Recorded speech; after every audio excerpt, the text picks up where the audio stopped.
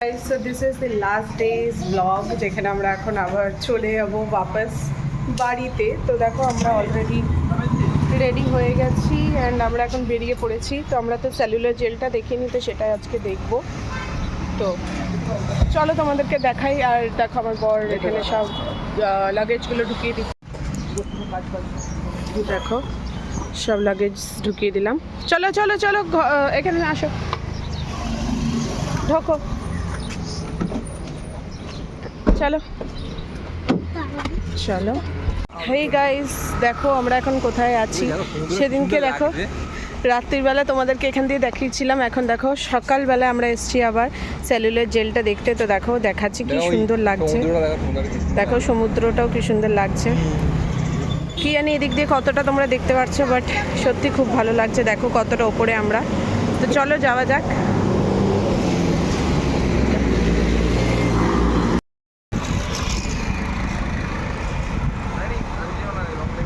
না না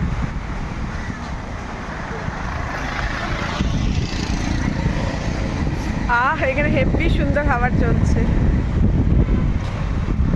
এই দেখো সেলুলার জেলটা কি সুন্দর লাগছে, দেখো এই দেখো জেলটা দেখতে পেরেছো, পুরোটা দেখো না। হ্যাঁ যাও, দেখো জেলটা। দেখো এখানে আমরা সেলুলার জেলে ঢুকছি। চলো তুলবো তো, দাঁড়াও দাঁড়াও। দেখো এখানে আমি তোমাদেরকে দেখাচ্ছি। আর দেখো এখানে একটা লোককে তোমরা দেখতে পাচ্ছ, ইনি হচ্ছে গাইড। তো ইনি কয়েকটা কথা বলবেন, তো তোমরা শুনতে থাকো। মাঝখানে মাঝখানে আমিও তোমাদের স্টোরি বলবো। जैसे ही आप लोगों ने अंदर आया, देखिए यहाँ पे ना दो जोत जल रहा है। फारूक फारूक তো সে যে জোতের কথা বলছিল ওটা কেন জ্বলে সেটা আমি বলে দিচ্ছি। সেটা হচ্ছে ফ্রিডম ফাইটার্সদের ইয়াদ, মানে ওদেরকে মনে রাখার জন্য ওই জোতগুলো জ্বলছে, যে আমরা অলরেডি এখান থেকে ইন্ডিপেন্ডেন্ট হয়েছি, আমাদেরকে এখান থেকে ফ্রি করে দেওয়া হয়েছে, সেই জন্য ওই জোতটা জ্বলে। আর এখানে আমরা যাচ্ছি হচ্ছে পুরো জেলটাকে ভিজিট করতে। এই জেলটা মেনলি স্টার মতন বানানো হয়েছিল, যেখানে 7টা রোজ ছিল। তো সেইখানে এখন শুধু 7th 6th অ্যান্ড ফার্স্ট রোটাই রয়েছে, বাদ বাকি 4টে রো অলরেডি ডিজলভ হয়ে গেছে, বা ওটা আর্থকুয়েক বা হয়তো অনেক সময় এদের পরেও যেরকম নেপোলিয়ন পিরিয়ড ছিল তখন ওরা ডিস্ট্রয় করে দিয়েছিল, তো সেই জন্য আর নেই। ऊपर से जब खुलेगा तो नीचे 8 फीट का रूम है, मतलब ऊपर से नीचे 8 फीट का रूम। बॉडी यहाँ से बाहर निकालते थे। एग्जिट गेट देख सकते हो आप लोग, वो देखिए वहाँ एग्जिट गेट, वहाँ से बाहर ले जाने का व्यवस्था था यहाँ पे। ओके, এবার এখানে যে গাইডটা বললেন ইনি এখানে দেখাচ্ছিলেন ফাঁসির জায়গায়, কি এখানে কিভাবে ফাঁসিটা দেওয়া হয়। তো বেসিক্যালি দেখো এই যে এই জায়গাটা আমরা এখন যাচ্ছি, এখান দিয়ে আমি তোমাদেরকে দেখাবো যে ফাঁসির যেই জায়গাটা। তো এইখানে কি হয়েছিল, এখানে এদেরকে 3জনকে করে দেখো এইভাবে ফাঁসি দেওয়া হতো। আর এইখানে একটা লিভার আছে, সেটা আমি তোমাকে দেখাবো। এই দেখো, আর নিচে যে গোল গোল তোমরা দেখছো এইগুলো খুলে যেত। তো যখন ওই লিভারটা ধরে একবার টানা হতো, এই যে লিভারটা ধরে যখন ও টানতো তখন ওরা মানে ঝুলে যেত আর ওদেরকে ওইখান দিয়ে বের করে নিত।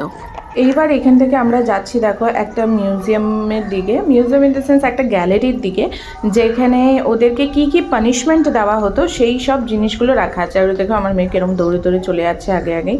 তো আমি তাই তোমাদেরকে চলো এখন দেখাই ওদেরকে কেমন টাইপের পানিশমেন্ট আমাদের ফ্রিডম ফাইটার্সদের দিত। এইবার দেখো আমি তোমাদের এখানে বলছি যে কিভাবে কি পানিশমেন্ট দিত। তো ফার্স্ট যেটা তোমরা দেখছো সেটা হচ্ছে এখানে যে কোকোনাট আছে, কোকোনাট ড্রাইড যে কোকোনাট, সেই কোকোনাট থেকে অয়েল এক্সট্রাক্ট করার জন্য ওদেরকে বলতো। তো এখানে যদি অয়েল এক্সট্রাক্ট না করতে পারতো তাহলে ওদেরকে পানিশমেন্ট দিত। আর এইটা দেখো, এইটা হচ্ছে সামথিং এই নারকেলের যে ছোবা আছে সেটা দিয়ে নারকেলের দড়ি বানানোর একটা কাজ দিত সেটা।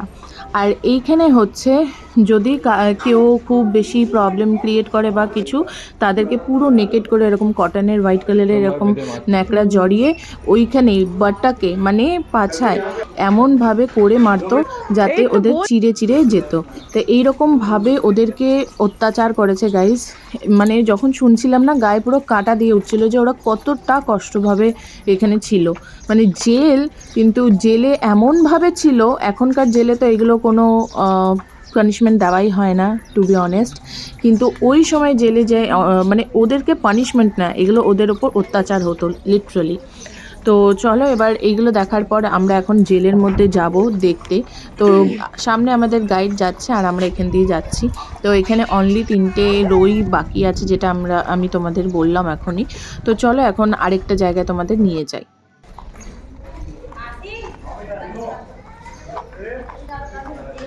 এবার দেখো আমি এখানে জেলের এখানে চলে এসেছি। আর দেখো এটা হচ্ছে আমরা একদম যে নিচের যে পার্টে মানে নিচের রোতে রয়েছি। আর এখানে দেখো জেলগুলো। এবার আমরা ওপরের দিকে যাচ্ছি। দেখো তোমাদের এখানে গাইডের সব কথা আমি শোনাতে পারিনি, কারণ গাইড অনেক রকমের কথাগুলো বলছিল। আর তোমরা যদি এগুলো জানতে হয় তো ডেফিনেটলি তোমাদের আন্দামান ভিজিট করতে হবে।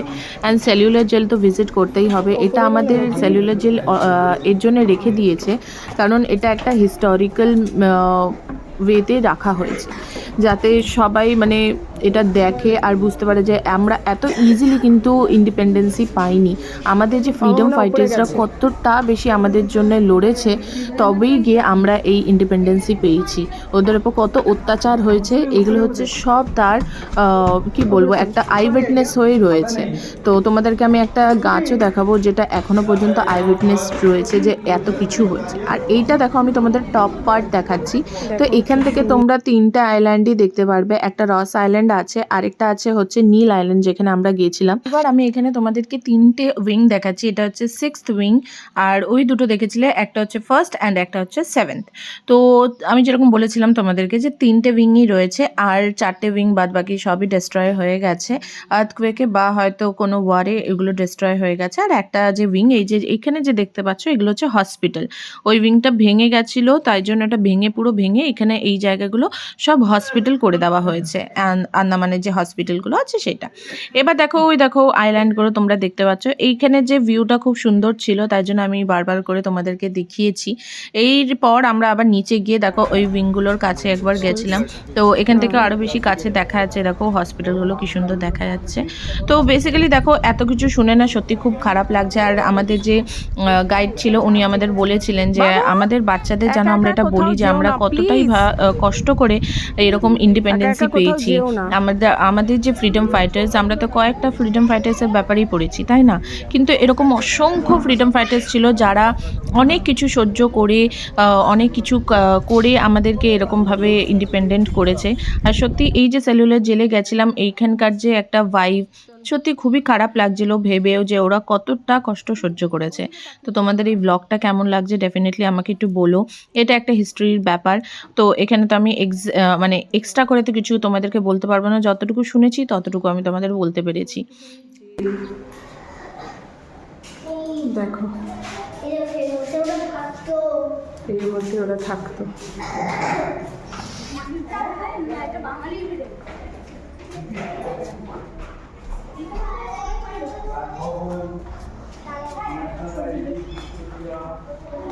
আর লক সিস্টেমটা দেখো, ঠিক এই যে এইভাবে নিয়ে এইখানে লকস দিস ওয়ান।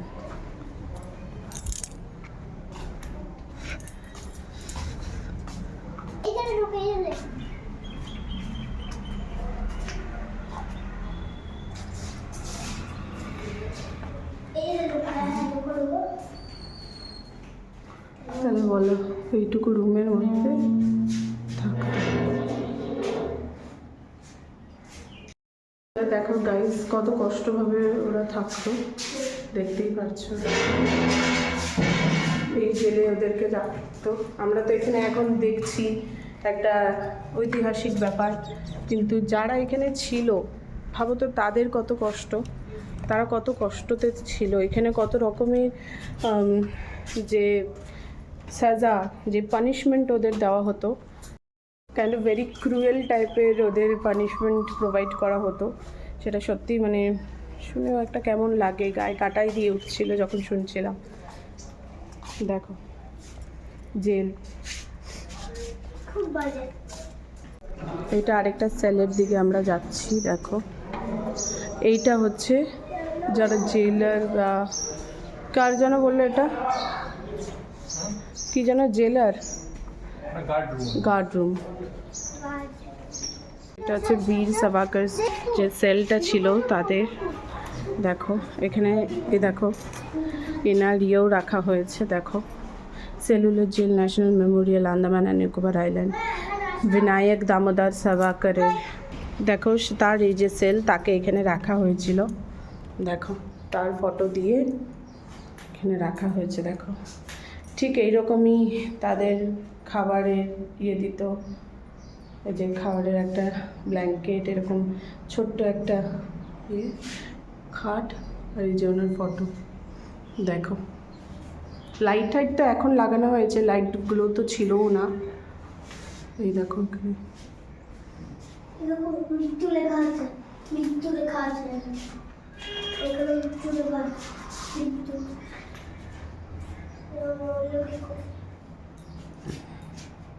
সেটা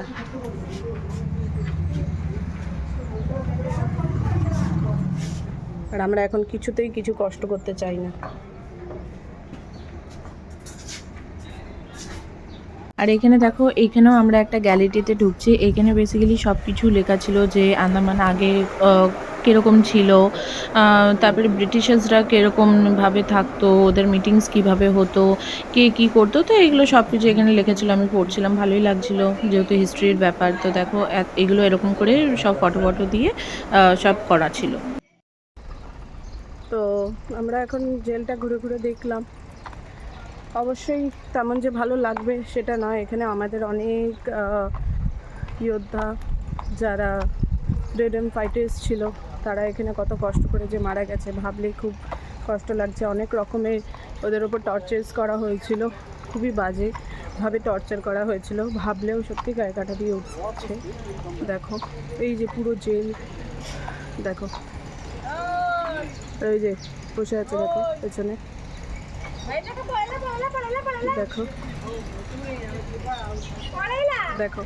আর এটা হচ্ছে ওই ট্রি যেটা সাক্ষী ছিল, সব কিছু সে দেখেছে, তাকেই শুধু কাটা হয়নি। দেখো এই ট্রিটাকে ছেড়ে বাদবাকি সব গাছগুলোকে কেটে দেওয়া হয়েছে। দেখো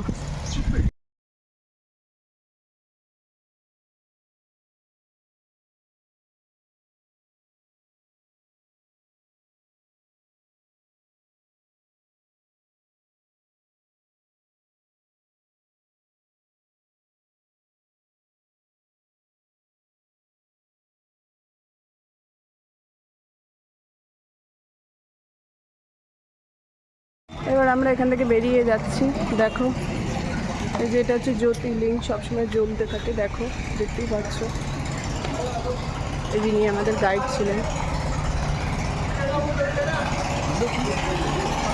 তো আজকের ব্লগটা বাস এতটুকুই, দেখে জানিও কেমন হয়েছে। তো আবার দেখা হবে নেক্সট ব্লগে।